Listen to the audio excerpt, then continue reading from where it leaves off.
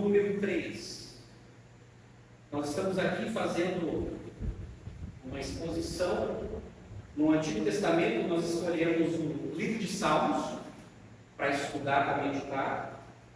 E no Novo Testamento, nós escolhemos a carta de Paulo aos Gálatas.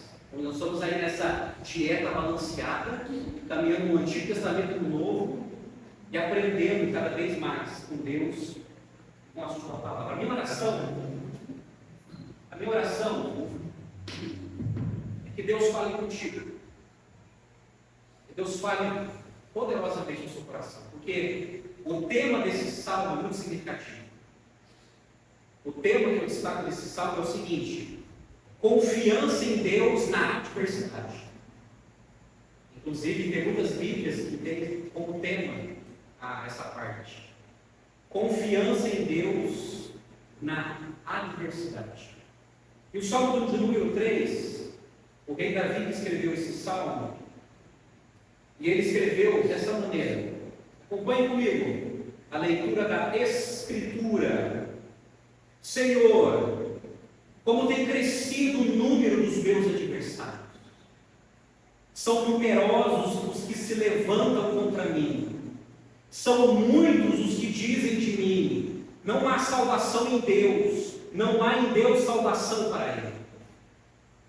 Porém tu, Senhor, és o meu escudo protetor, és a minha glória e o que exalta a minha cabeça.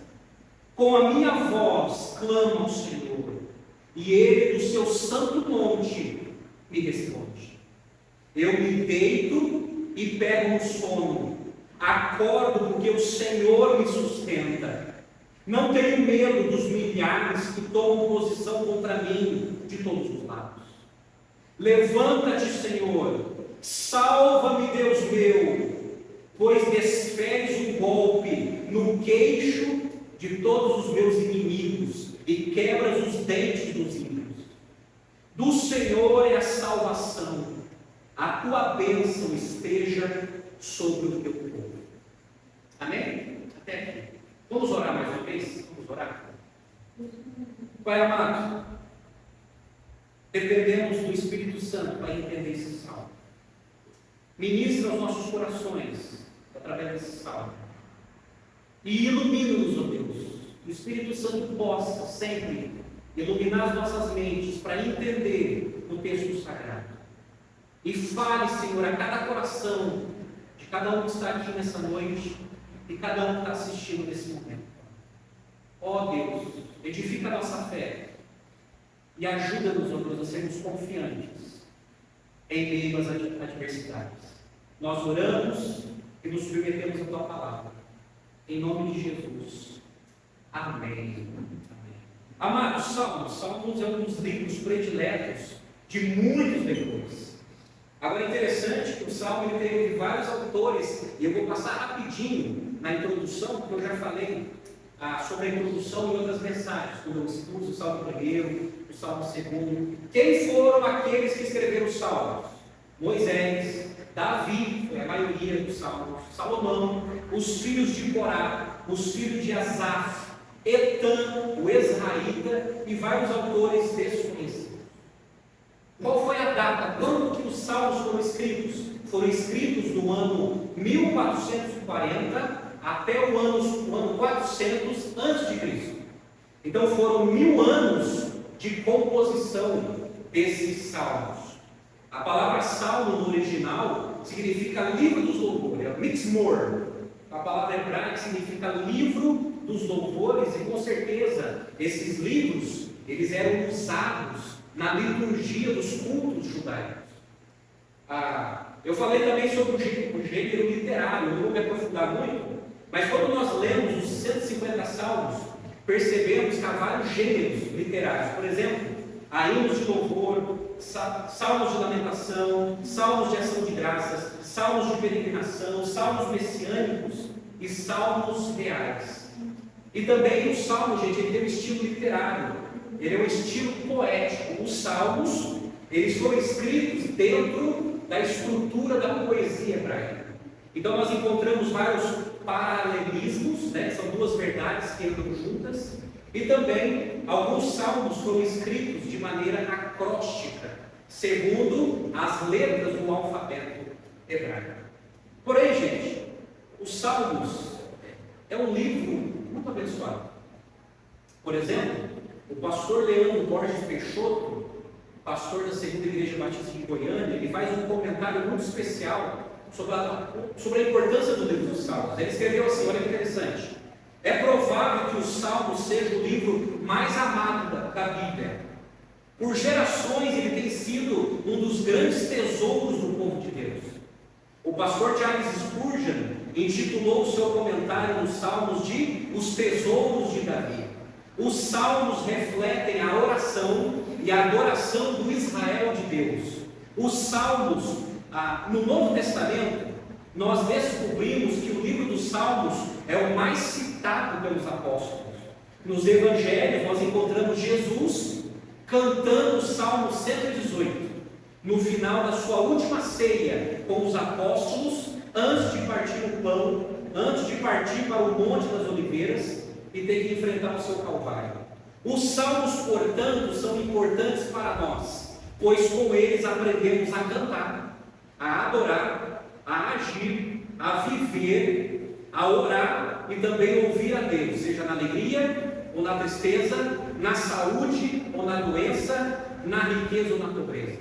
Faremos, pois, sempre muito bem se lermos, compreendermos, meditarmos e cantarmos e orarmos os salmos, tendo Jesus e a história da redenção em vista. Isso é verdade. O livro de Salmos, gente, ele edifica a nossa alma. Ele nos revela também quem é Jesus. Pois bem, fazendo uma introdução no livro de Salmos, vocês viram que o Salmo primeiro, que eu já preguei aqui, ele fala da primazia da palavra de Deus na vida dos justos. E baseado nisso, eu falei sobre a verdadeira felicidade, no Salmo 1. No Salmo 2, ele discorre sobre a supremacia de Cristo na história mundial. E baseado nisso, eu falei sobre a supremacia do Rei Jesus. E, gente, o Salmo 3, ele começa a falar sobre oração. Interessante que o Salmo 3, o Salmo 4 e o Salmo 5 são salmos que falam da vida de oração do rei Davi. E muitos estudiosos dizem que o Salmo 3 é uma oração que Davi fez de manhã, logo de manhã, no começar do dia. O Salmo número 4 foi de noite, antes de dormir. E o Salmo número 5 é um manual de oração que Davi escreveu. Isso é muito importante, porque, gente, a gente vai ver nesses salmos um pouco da profundidade da vida de oração de Davi. E é significativo que os salmos estejam arranjados dessa forma, já no seu início, pois o que se espera de um homem de Deus e de uma mulher de Deus, cuja vida tem como fonte a palavra de Deus e como foco a Jesus Cristo, se espera dessas pessoas que sejam pessoas de oração.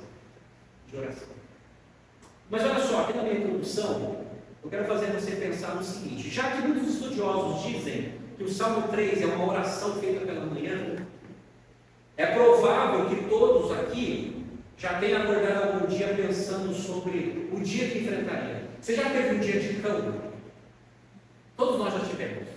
Você já teve um dia difícil em que você teve que acordar e o primeiro pensamento que vem na sua cabeça é o problema que você tem que resolver? Davi, num contexto, segundo alguns estudiosos, ele escreveu esse salmo em um desses dias de campo. Davi estava sofrendo muito e ele tinha vários problemas para resolver. A maioria dos estudiosos do hebraico prefere colocar os verbos no passado, como por exemplo, a Almeida Revista Corrigida, quando Lê escreveu o Salmo 3, o verso 5, está escrito assim: eu me deito e durmo e torno a acordar, porque o Senhor que me sustém. Alguns hebraístas preferem colocar no passado: eu me deitei e dormi e tornei a acordar, porque o Senhor me sustentou. Então mostra a confiança que Davi tinha em Deus. Agora, deixa eu te apresentar um pouquinho do contexto do Salmo 3. Para você entender o contexto do Salmo 3, você lê em casa 2 Samuel de 15 a 18. Qual foi o maior problema de Davi, aqui no Salmo 3? Está bem aqui na introdução, está escrito assim: Salmo de Davi, quando fugiu do seu filho Absalão. Quando Davi escreveu esse salmo, gente, ele estava fugindo do seu próprio filho, que se insurgiu contra o seu próprio pai, que se rebelou contra o seu próprio pai, que foi o rei Davi. Se você conhece um pouquinho a história do rei Davi, você sabe que o rei Davi, ele adulterou com Batseba. Ele planejou a morte do marido de Batseba, que era o soldado Urias. E querendo ou não, esse pecado de Davi desestruturou toda a família dele, atingindo até os filhos. E diz a Bíblia que o filho mais velho do rei Davi, Aminon, estuprou a própria irmã Tamar. E Absalão, também como irmão, ele se vingou e matou a Aminon. E depois fugiu. E o grande problema é que tanto no estupro de Aminon, o rei Davi como pai não fez nada. Não corrigiu. Ele não corrigiu a Aminon. Ele não consolou Tamar. E aí Absalão, revoltado, ele se vinga, assassinando o seu próprio irmão, Aminon. E Absalão, ele foge. E depois de algum tempo ele quer voltar. Joabe o ajuda a conversar com o rei Davi, e o rei Davi o trata com desprezo, com rejeição. E isso foi inflamando o coração de Absalão. Até que chegou um momento que Absalão, ele começou a promover uma rebelião social no reino de Davi. E começou uma insurreição contra o rei Davi. Ele começou a aliciar e a convencer alguns cidadãos de Israel a se voltarem contra o rei Davi. E ele conseguiu convencer muita gente. E aí, Absalão, querendo ocupar o trono do seu pai, ele conseguiu planejar uma rebelião nacional contra o rei Davi, e o rei Davi teve que fugir. E essa foi a maior frustração do rei Davi, porque guerrear contra o seu próprio filho e vencê-lo, ele teria que matá-lo. Se ele perdesse a guerra pelo seu próprio filho, ele seria assassinado pelo próprio filho. Então, para que isso não acontecesse, ele resolveu fugir.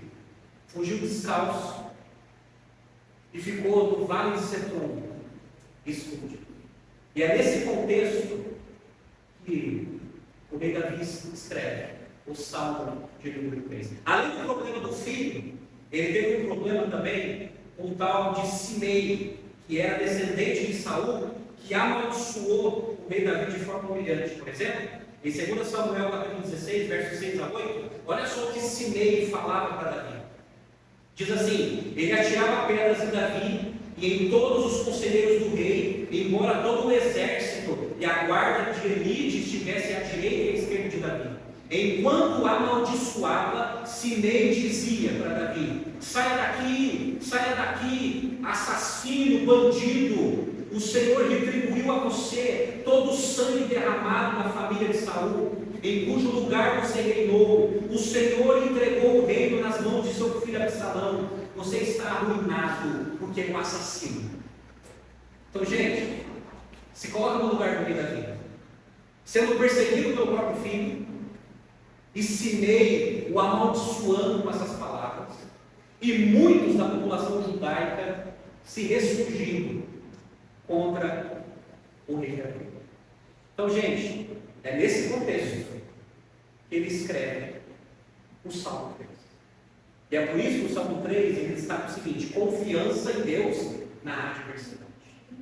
Porque realmente, ser perseguido pelo próprio filho, ser odiado pelo próprio filho, ser rejeitado por um povo e ser criticado de maneira tão dura assim, precisamos confiar muito em Deus para resistir na adversidade. Então presta atenção, esse salmo ele mistura lamento e confiança. Em sua grande abrangência, torna-se um modelo de louvor, paz e oração a ser seguido em meio à pressão. Enquanto discorre sobre 3 fatos históricos interligados, Davi compartilha o segredo teológico de sua segurança diante das adversidades. Eu quero apresentar para vocês como o rei Davi enfrentou essa pressão. O ódio do filho, o ódio do povo, o ódio de Simei Como o rei Davi enfrentou essa pressão na adversidade. Bom, gente, de maneira didática, eu vou te apresentar os 3 pontos do texto sagrado. Primeiro, as dificuldades do salmista, versos de 1 a 2. Segundo, a paz do salmista, versos de 3 a 6. E terceiro, a oração do salmista, versos de 7 a 8. Então, de maneira didática, já estou separando para vocês os pontos pelo qual Deus vai nos ensinar nessa noite. Primeiro ponto, as dificuldades do salmista, versos de 1 a 2. Mudei a sua Bíblia aberta, e olha só o verso 1. O rei Davi escreveu assim: Senhor, como tem crescido o número dos meus adversários. São numerosos os que se levantam contra mim. São muitos os que dizem de mim: não há em Deus salvação para ele. Observe no texto, no verso 1, as palavras que o rei Davi usou.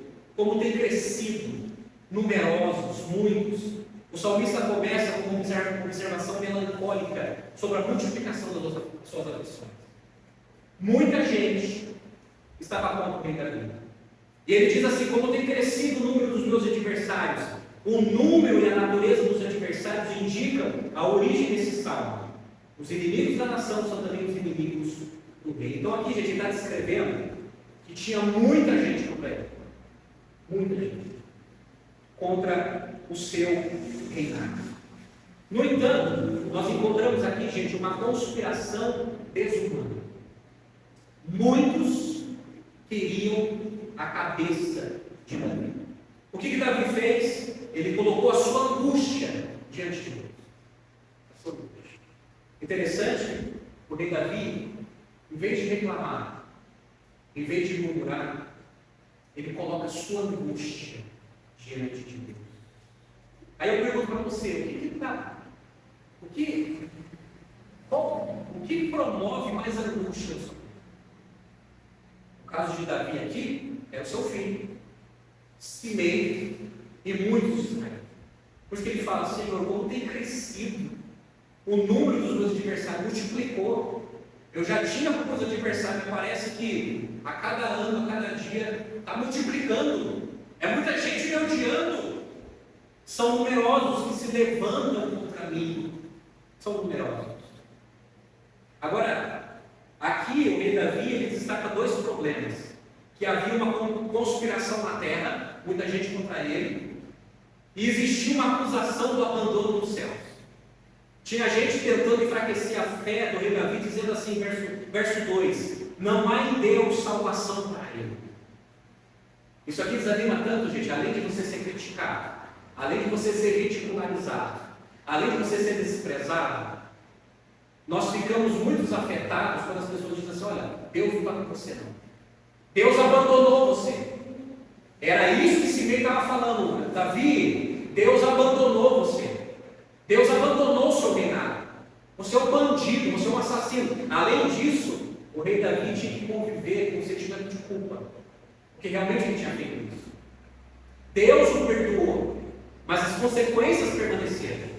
Mas ele teve que lidar com isso, o sentimento de culpa e a crítica das pessoas, levantando o seu passado para jogá-lo em sua cara.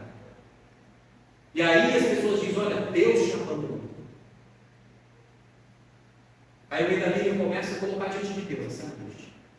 Você já teve essa sensação de receber tanta crítica e além disso a angústia de ser: Deus abandonou você? É isso que Davi estava sentindo, ele estava colocando isso diante de Deus. Ó Senhor, além de uma conspiração na terra, existe uma acusação que o Senhor te abandonou. O Senhor te abandonou. Aí, olha só o que o pastor Charles Spurgeon, falando dessa zombaria, o que ele escreveu em seu comentário. Ele escreveu assim, abre aspas: Davi se queixa diante de seu amoroso Deus, falando da pior das armas utilizadas nos ataques dos seus inimigos, a gota mais amarga de suas angústias, o corte mais cruel de todos foi quando declararam que seu Deus o havia abandonado. Entretanto, Davi sabia em sua consciência que havia aberto precedentes para que seus inimigos assim exclamassem, pois havia pecado contra Deus à luz do dia. O grande problema é você ter oposição. O maior problema é quando você dá motivo para a oposição. Aí o rei Davi deve ter lidado com isso, Senhor. Como tem crescido? Já é natural ter inimigos, mas os inimigos multiplicam quando nós erramos, quando nós pisamos na bola. Mas ele se coloca diante de Deus. Agora, gente, olha só as dificuldades do salmista. Jesus deixou bem claro que nós teríamos dificuldades também. Jesus deixou bem claro no Novo Testamento que nós sofreríamos perseguição, que seríamos desprezados, que seríamos rejeitados, que seríamos caluniados por amá-lo, por segui-lo. Nós precisamos entender isso, gente, porque eu sempre lembro de João capítulo 15, a partir do verso 18. Jesus está com seus discípulos, e ele falou assim para os seus discípulos, e é para nós, que somos discípulos. Jesus falou assim: se o mundo vos odeia, sabei que, primeiro do que a vós, me odiou a mim. Jesus deixou bem claro que o mundo vai nos odiar. Se vós fosseis do mundo, o mundo amaria o que era seu. Mas, porque não sois do mundo, antes eu vos escolhi do mundo, por isso é que o mundo vos odeia. Sabe por que o mundo nos odeia? Não é porque a gente é melhor. Porque Jesus nos escolheu para seguir. E a gente quer fazer as coisas certas segundo os padrões de Jesus. Aí vai criar oposição. Aí ele falou assim: lembrai-vos da palavra que vos disse: não é o servo maior do que o seu Senhor. Se a mim me perseguiram, também perseguirão a vós. Se guardaram a minha palavra, também guardarão a vossa palavra. Mas em tudo isso vos farão por causa do meu nome, porque não conhecem aquele que me enviou. Jesus deixou bem claro que quem é cristão, quem é discípulo, vai ser perseguido. Perseguido por quê? Porque quem é discípulo não negocia o evangelho. Quem é discípulo não negocia a sua fé. Quem é discípulo não negocia a sua ética. Quem é discípulo de Jesus vai ser perseguido no trabalho, vai ser perseguido na família, vai ser perseguido na cidade, vai ser perseguido nesse mundo. Jesus deixou bem claro que quando nós, com sinceridade, nós priorizarmos o reino de Deus, Jesus deixou bem claro: o mundo vai odiar vocês, porque vocês serão uma pedra no sapato de muita gente. É isso, gente. Como nós não queremos manchar nossa fé, como não queremos comprometer o nosso relacionamento com Deus, porque é mais importante obedecer a Deus do que os homens, isso vai ter oposição. E Jesus deixou isso bem claro. Então, gente, essa é a nossa dificuldade também. Se o rei Davi foi caluniado, você também será. Se jogaram coisa na cara do rei Davi, vão jogar na sua cara também. Se ele foi perseguido, você será também. Se você é um discípulo de Jesus, Jesus falou: sim. Aí, eu lembro de Mateus 5, verso 10, quando Jesus fala assim: olha só, bem-aventurados os perseguidos por causa da justiça, a justiça de Deus, a palavra de Deus, porque deles é o reino dos céus. Bem-aventurados são vocês quando por minha causa os insultarem e os perseguirem e mentindo disserem todo mal contra vocês. Olha que Jesus falou que as pessoas vão insultar, vão perseguir e vai mentir contra você. Aí ele fala assim: alegrem-se e exultem, porque é grande a sua recompensa nos céus, porque assim perseguiram os profetas que viveram antes de vocês. Você está entendendo? A dificuldade do salmista é a nossa mesma dificuldade. Pessoas vão levantar mentiras contra nós. Pessoas até vão levantar nosso passado para jogar contra nós. Pessoas vão nos caluniar de coisas que nós a gente não chegou nem a fazer, mas vão levantar contra nós. Só porque nós amamos a Jesus. Só porque nós amamos. Se Jesus foi perseguido, Jesus deixou bem claro: vocês serão perseguidos também. Então, gente, essa é a dificuldade do salmista. Segundo ponto, a paz do salmista. Versos de 3 a 6. Olha a sua Bíblia comigo. Aí o rei Davi diz assim: porém tu, Senhor, és o meu escudo protetor, és a minha glória e o que exalta a minha cabeça. Com a minha voz clamo ao Senhor, e Ele do seu santo monte me responde. Eu me deito e pego no sono, acordo porque o Senhor me sustenta. Não tenho medo dos milhares que tomam posição contra mim, de todos os lados. Olha que interessante. Vamos entender algumas expressões do texto. Quando o rei Davi, no verso 3, fala assim: porém tu, Senhor, és o meu escudo. Como o rei Davi também era um soldado, era um militar, ele usava muito escudo para se proteger das flechadas do inimigo. Ele transfere essa segurança para Deus. Senhor, o Senhor é o meu escudo. O Senhor é aquele que me protege contra as flechadas da vida, contra as flechadas das bocas das pessoas. O Senhor é o meu escudo. Os meus adversários estão se multiplicando, mas o Senhor é o meu escudo. É o Senhor que me protege. E depois ele fala assim, verso 3: és a minha glória. Davi está expressando que a glória e a presença de Deus é mais importante que o reinado dele. Ele está dizendo que a glória de Deus é mais importante que o palácio dele, porque ele teve que fugir, teve que ir para o mato, teve que ir para o deserto. Ele está dizendo: Senhor, eu perdi tudo isso por causa do meu filho, mas o Senhor é minha glória. E depois ele fala assim: e o que exalta a minha cabeça. Essa é uma expressão de encorajamento. É Deus que abate e é Deus que exalta as pessoas. Ele está dizendo: olha, eu estou sendo abatido pelos homens, mas eu sei que é o Senhor que vai exaltar a minha cabeça.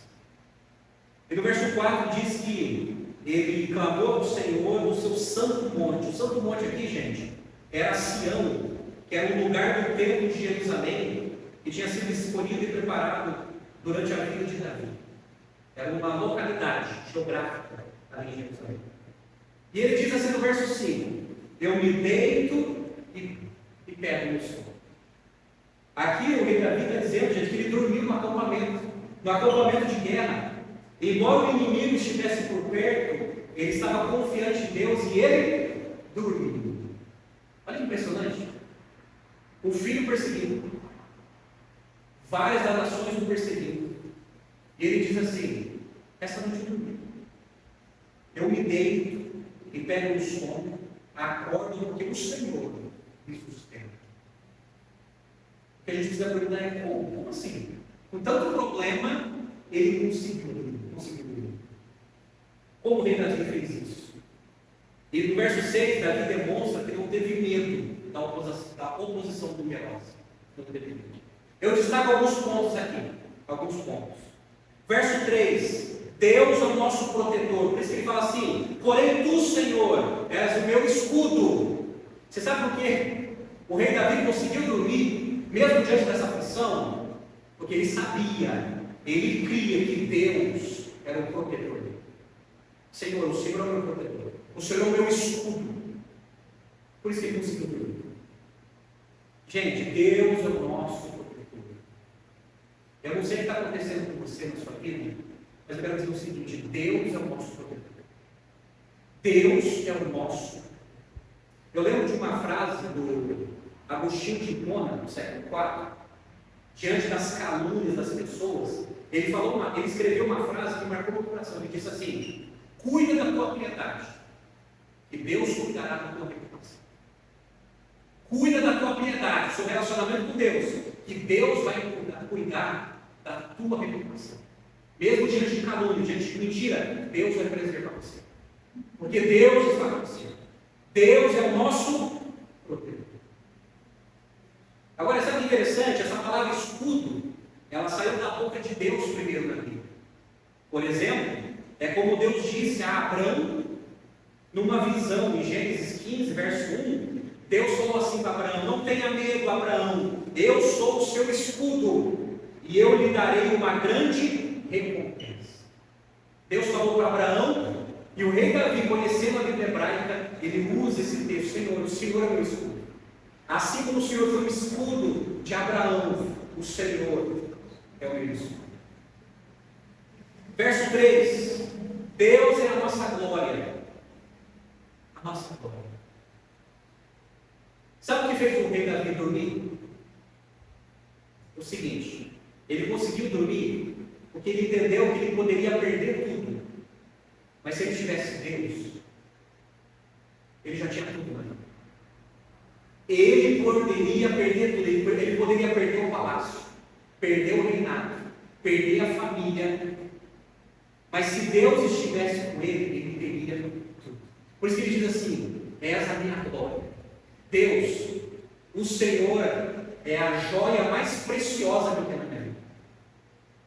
Deus, o Senhor, é a pessoa mais importante da minha vida. Eu posso perder tudo, mas se o Senhor estiver comigo, eu estou satisfeito. É isso, gente. Fazer de Deus a nossa glória é isso. Você quer um exemplo? Martinho Lutero, no seu hino Castelo Forte, ele escreveu esse hino Castelo Forte, e diz alguns historiadores que ele escreveu esse hino quando ele estava na estrada na dieta de Worms, quando ele tinha que se retratar.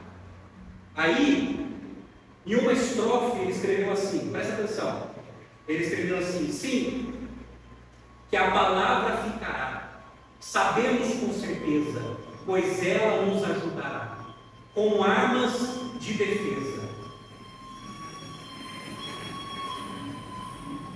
E ele continua dizendo assim: se temos, olha só, se temos de perder família, bens e poder, e embora a vida se vá, por nós Jesus está, e dar-nos-á o seu reino. Martinho Lutero entendeu: olha, eu estou indo me retratar, porque eu estou pregando a Bíblia, mas se eu for martirizado, se eu for jogado no fogo da Inquisição, se Deus estiver comigo, eu posso perder família, eu posso perder bens, eu posso perder poder, mas se Deus estiver comigo, eu vou para o seu reino. Gente, isso é a glória de Deus. E Davi entendeu isso: pai, eu estou perdendo tudo, mas o Senhor é minha glória, eu tenho tudo na minha vida, que é o Senhor. Hoje, se você entender isso, você vai ter mais confiança na adversidade, mesmo diante das perdas, mesmo perdendo coisas que no seu julgamento é coisa preciosa.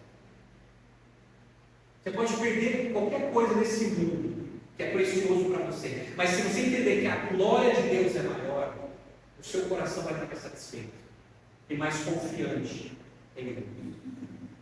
Aí depois ele fala que Deus é o nosso restaurador, verso 3, ele diz assim: é o que exalta a minha cabeça. Gente, Deus é aquele que restaura. A Bíblia fala que Ele abate, e a Bíblia fala que Ele exalta pessoas. A Bíblia fala que é Deus que tira, e é Deus que coloca as pessoas no lugar certo. É Deus. Deus está no controle de todas as coisas, mesmo que eu não entenda muitas coisas. É Ele que exalta a nossa cabeça. E aí, ele fala que Deus é o nosso defensor, por isso que ele fala assim: com a minha voz, clamo ao Senhor, e Ele no seu santo monte me responde. Deus é o nosso defensor. Deus é aquele que nos ouve, gente. E aí, ele teve paz para dormir. Por isso que ele falou: eu me deito e pego no sono. Depois ele teve confiança para acordar. Ele disse: eu acordo porque o Senhor me sustenta. E depois ele teve coragem para enfrentar o inimigo. Por isso que ele disse: eu não tenho medo dos milhares que tomam posição contra mim de todos os lados. Está aqui o segredo do sono do rei Davi: confiança em Deus. Porque Deus é protetor, Deus é restaurador e Deus é o nosso defensor. Gente, precisamos entender isso. Porque alguns, quando enfrentam problemas, parece que tem pedra no travesseiro e espinho no colchão. Outros só dormem sob efeito de remédios. E precisam, diante dos problemas. E alguns até se automedicam para fugir dos problemas. O rei Davi está dizendo: olha, Deus, eu confio no Senhor, por isso eu pego no sono e durmo e acordo, porque o Senhor isso. Amém, gente? Se nós entendermos isso, a gente vai sentir essa paz que o salmista sentiu. Aí precisamos lembrar daquilo que Jesus falou em João capítulo 14, versos 26 e 27. Jesus falou assim: mas aquele Consolador, o Espírito Santo, que o Pai enviará em meu nome, esse vos ensinará todas as coisas e vos fará lembrar de tudo quanto vos tenho dito. deixe-vos a paz. A minha paz vos dou. Eu não a dou como o mundo a dá. Não se turbe o vosso coração, nem se atemorize. Olha que lindo. Eu deixo para vocês a minha paz. A minha paz vos dou. Não como o mundo dá. Não como o mundo tenta buscar paz. Frustrante. E Jesus fala, eu estou dando a minha paz para vocês. Se vocês me buscarem, mesmo diante da tormenta, vocês vão sentir paz. Amém? Está fazendo sentido? Então vamos para o terceiro ponto. A oração do salmista. Versos 7 e 8. Olha na sua Bíblia, verso 7. Levanta-te, Senhor. Salva-me, Deus meu, pois desferes um golpe no queixo de todos os meus inimigos e quebra os dentes dos ímpios. Do Senhor é a salvação, que a tua bênção esteja sobre o teu povo. Vamos entender isso aqui, né? Muito forte. É interessante que alguns apelidam esse salmo aqui de o salmo do Mike Tyson, quebra os dentes, ou o salmo do Anderson Silva, no MMA. Vamos entender essas expressões duras então aqui. Mas olha só, o verso 7, ele fala, levanta-te, Senhor. Aqui o rei Davi, gente, está usando uma linguagem antropomorfórmica. Não, antropomórfica. Tá difícil, né? Isso. É atribuir expressões corporais a Deus. Por exemplo, falar da mão de Deus, os pés de Deus, é atribuir expressões corporais em Deus. E ele está falando assim, levanta-te, Senhor.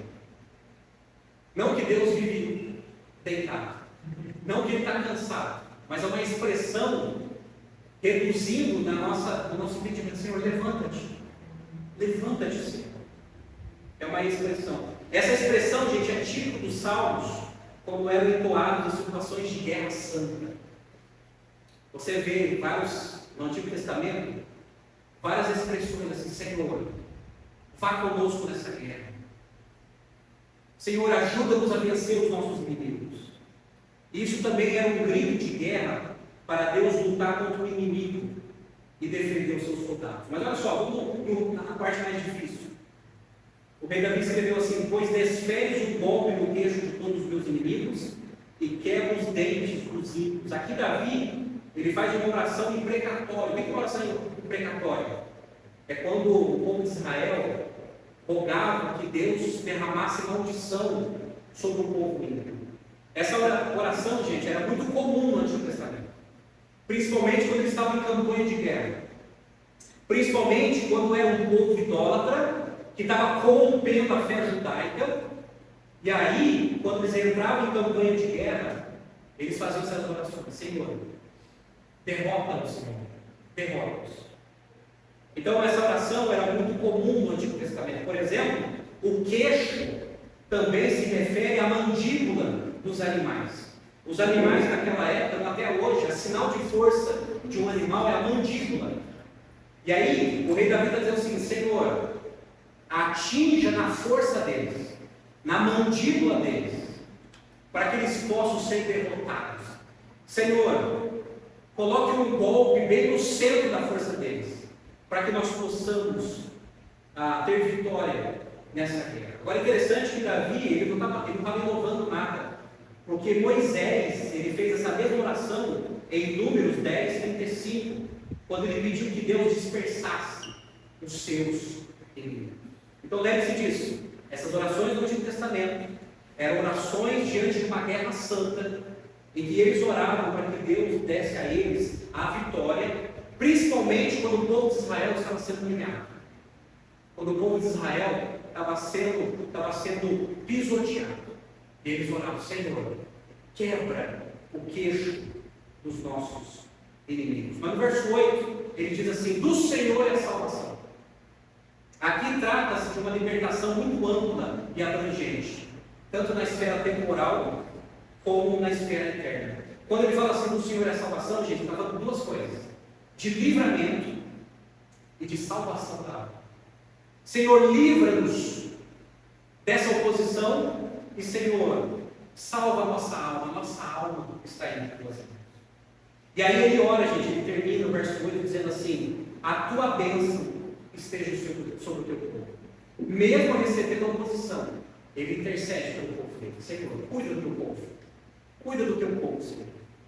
Quais são as lições que eu tiro dessa parte, desse terceiro ponto? Primeiro, a súplica por libertação. O rei Davi fala assim: levanta-te, Senhor, salva-me, Deus meu. Levanta-te, Senhor. Súplica por libertação. Quem sabe você precisa fazer essa oração hoje à noite. Uma súplica por libertação. Senhor, me liberta. Me livra, Senhor. Só o Senhor pode me ajudar. Levanta-te, Senhor. Ele faz uma declaração que Deus é poderoso. Quando ele fala para Deus atingir na mandíbula deles, ele está dizendo: Senhor, o Senhor é mais poderoso. O Senhor é mais poderoso do que as forças desse mundo. Então atinja eles no lugar que vai desarticular eles. Deus é poderoso. Entenda isso. Deus é poderoso.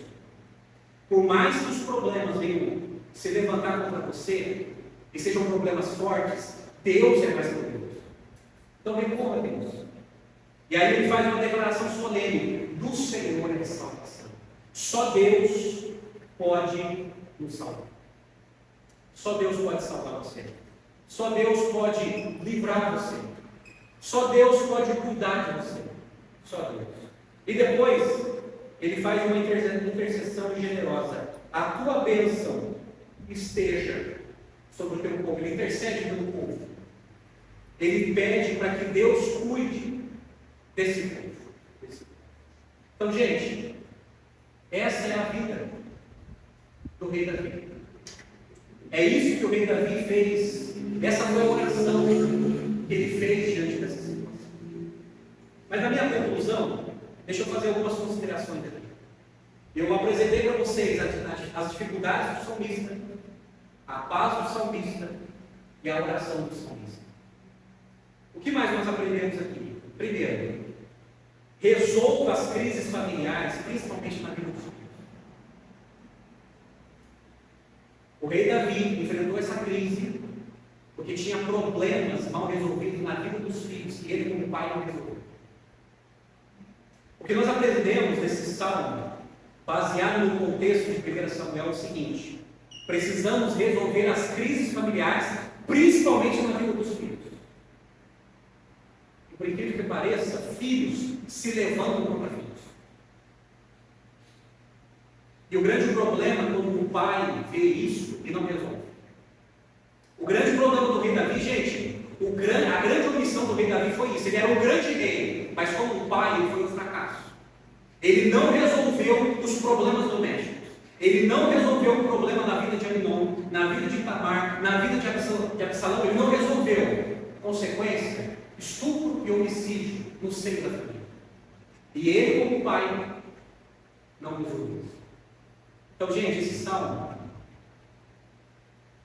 ele nos faz entender isso. Resolva as crises familiares, principalmente na vida dos seus filhos. Como está a vida dos seus filhos? Resolva. Antes de ser tarde. Segunda consideração: não use esse salmo para se vingar de alguém. Não use esse salmo para se vingar de alguém. Ah, pastor, é porque você não conhece meu patrão. Todo dia eu oro assim para Deus: Deus, quebra a mandíbula do meu patrão, quebra os dentes do meu patrão. Não, calma. A gente vai entender isso agora à luz do Novo Testamento. Vamos entender isso. Como eu falei, essa expressão é usada na Guerra Santa, quando Israel estava sofrendo por invasões. Mas nós não temos o direito de fazer essa oração no sentido de promover vingança contra aqueles que nos maltratam. Isso é tão difícil, gente, que a gente não pode, por exemplo, esse tempo atrás, um pastor muito conhecido nas redes sociais, ele falou que a gente tinha que orar para que Deus quebrasse a mandíbula do atual presidente. Isso deu um pepino. Eu sei que tem motivos, mas não podemos fazer essa oração. Não podemos fazer Deus quebra os dentes do presidente. Não. Pelo contrário, 1 Timóteo capítulo 2, Paulo falou que a gente tem que orar pela conversão dos magistrados, para que eles conheçam a verdade, para que cheguem ao pleno conhecimento da verdade. Aí vai ter temor no coração diante da administração pública. Mas não use esse salmo para se vingar de alguém. Não use. Lembre-se das palavras de Jesus em Mateus 5, capítulo 5, verso 43. Aí que está. A gente tem que interpretar esse salmo à luz do Novo Testamento. E Jesus, ele falou assim: vocês ouviram o que foi dito, ame o seu próximo e odeie o seu inimigo. Eu, porém, lhes digo, amem os seus inimigos e orem pelos que perseguem vocês, para demonstrarem que são filhos do Pai de vocês que está nos céus, porque Ele faz o seu sol nascer sobre maus e bons, e vir sobre chuva sobre justos e injustos. Está aqui, gente. Jesus falou para a gente amar. Jesus falou para a gente orar para quem nos persegue. Não é que a gente está concordando, mas Jesus falou para a gente orar para que Deus venha quebrantar esse coração, para que Deus venha mudar esse coração. Então eu não posso mais orar: Deus quebra a mandíbula dele, Deus quebra o coração dele, quebra o coração dele, para que ele entenda. O apóstolo Paulo, em Romanos 12, verso 14, ele escreve a mesma coisa. Ele diz assim: abençoai aqueles que nos perseguem, abençoai, não amaldiçoeis, alegrai-vos com os que se alegram e chorai com os que choram. Aí no verso 18 ele fala assim, verso 17: a ninguém torneis mal por mal, procurei as coisas honestas perante todos os homens. Se for possível, se depender de vocês, tenham paz com todos os homens. Não vos vingueis a vós mesmos, amados, mas dar lugar à ira, porque está escrito: minha é a vingança, eu recompensarei, diz o Senhor. Então, gente, é Deus que se vinga, não somos nós. Portanto, se o teu inimigo tiver fome, dá-lhe de comer. Se o teu inimigo tiver sede, dá-lhe de beber. Porque fazendo isso, acumularás brasas de fogo sobre a sua cabeça. Não te deixes vencer do mal, mas venças o mal com o outro. Essa é a nossa postura. Essa é a nossa postura. Outra lição na conclusão: também temos inimigos. Não se engane. Também temos inimigos. E a Bíblia fala que nós temos 3 inimigos. Primeiro inimigo, nós mesmos, o nosso pecado. O nosso pior inimigo somos nós mesmos. É por isso que em Gálatas, capítulo 5, versos 16 e 17, Paulo escreveu assim: vivei no Espírito, e jamais vocês vão satisfazer os desejos da carne, porque a carne luta contra o Espírito, e o Espírito luta contra a carne, porque são opostos. Carne aqui é a nossa natureza pecaminosa. A Bíblia diz que o nosso coração deseja tudo aquilo que Deus reprova. Nós somos nossos próprios inimigos, e a cada dia a gente tem que mortificar a nossa carne. A cada dia, através da Bíblia, através da oração, pedindo: Deus, me ajude a lutar contra os meus pecados. Os meus pecados querem nos escravizar. Segundo inimigo, o mundo. O mundo aqui, gente, estou falando do sistema de princípios e valores. Esse mundo é anticristão. Esse mundo é anti-Deus. Esse mundo confronta a nossa fé. Confronta a nossa fé. É por isso que nós não negociamos a nossa fé, seja em qualquer lugar. Não negociamos. Não negociamos. E a Bíblia fala que o mundo está em oposição contra a nossa fé. E aí, mesmo não desejando, o mundo se torna nosso inimigo. Mesmo nós não querendo, porque ninguém sonha ter um inimigo. Mas as pessoas se comportam como inimigos. A Bíblia fala que a gente tem o terceiro inimigo, o diabo. O inimigo das nossas almas. O diabo. E ele usa estratégia, ele usa tentações para acabar com as pessoas. Gente, e como eu tenho visto, gente, o diabo acabar com muita gente. Como eu tenho visto o diabo acabar com tanto casamento, famílias, pessoas. Como pastor, gente, tem presenciado isso. Como o diabo tem arrebentado algumas pessoas. E Tiago 4,7, Tiago escreveu assim: resistam ao diabo, sujeitai-vos a Deus, resistam ao diabo e ele fugirá de nós. Nós também temos nossos inimigos no momento da vida. Outra lição: confie em Deus na adversidade. Confie em Deus. Confie em Deus na diversidade da família. Confie em Deus na diversidade do trabalho. Confie em Deus na sua espiritualidade. Confie em Deus na diversidade. Outro ponto. Não fique frustrado se a sua história não tem um desfecho como o rei Davi. Porque, gente, às vezes, pode ser o seu caso. Às vezes eu vou estar pensando assim, quem está aqui, quem está assistindo. Pastor, eu orei. Eu busquei a Deus. Eu sofri e busquei a Deus.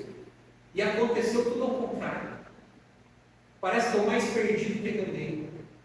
Parece que mais atrapalhou do que resolveu. A minha história não foi igual ao do rei Davi. Eu não consegui ter essa confiança. Eu não consegui ter esse temor. Eu não consegui. Não consegui. Entenda, gente, a teologia do sofrimento. A Bíblia fala que por mais que Deus esteja conosco, nós sofreremos. Lembre-se de Romanos 8:28. Sabemos que todas as coisas cooperam para o bem daqueles que amam. Todas as coisas, inclusive o sofrimento. Inclusive o sofrimento. A Bíblia diz em Hebreus que até Cristo Jesus aprendeu a obediência pelo sofrimento. Pelo sofrimento. Então, não se sinta frustrado. Não é que Deus não está com você. É que o sofrimento também faz parte da vida do cristão. E amados, eu encerro dizendo o seguinte: do Senhor é a salvação. Do Senhor é a salvação. Eu destaco essa frase de Davi: do Senhor é a salvação. Interessante que Jonas 2:9 falou a mesma coisa: do Senhor pertence a salvação. Sabe o que significa? Que a nossa salvação não está nesse mundo. A nossa salvação não está em pessoas. A nossa salvação está em Deus. Salvação. Só Deus pode te ajudar. Só Deus pode te livrar dessa adversidade. Só Deus. E aí, gente, quando eu falo de salvação, eu falo de salvação da nossa alma. Da nossa alma. E aqui, o rei Davi, ele está mostrando um pouco do Evangelho. O ser humano, ele está separado de Deus por causa dos seus pecados. O ser humano, ele está condenado por causa dos seus pecados. Mas Deus elaborou um plano maravilhoso. Ele enviou Jesus aqui nesse mundo. Jesus se encarnou. Jesus pregou o Evangelho. Ele foi crucificado na cruz, levando os nossos pecados e imputando a nós, colocando na nossa conta a salvação de Deus. Deus sacrificou o próprio Filho dele na cruz para que pudéssemos receber o perdão de Deus. O que Deus espera da gente? Arrependimento e fé. Como Davi teve. Davi se arrependeu dos seus pecados e Davi confiou em Deus. Qual é a fé que nós precisamos ter? Precisamos parar de confiar em nós e confiar naquilo que Jesus fez na cruz por nós.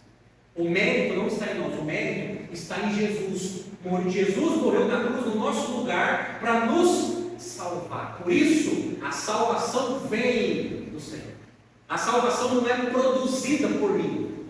A salvação não é produzida pelas minhas boas obras. A salvação não é produzida pela minha caridade. A salvação não é produzida pela minha ética. A salvação vem de cima para baixo.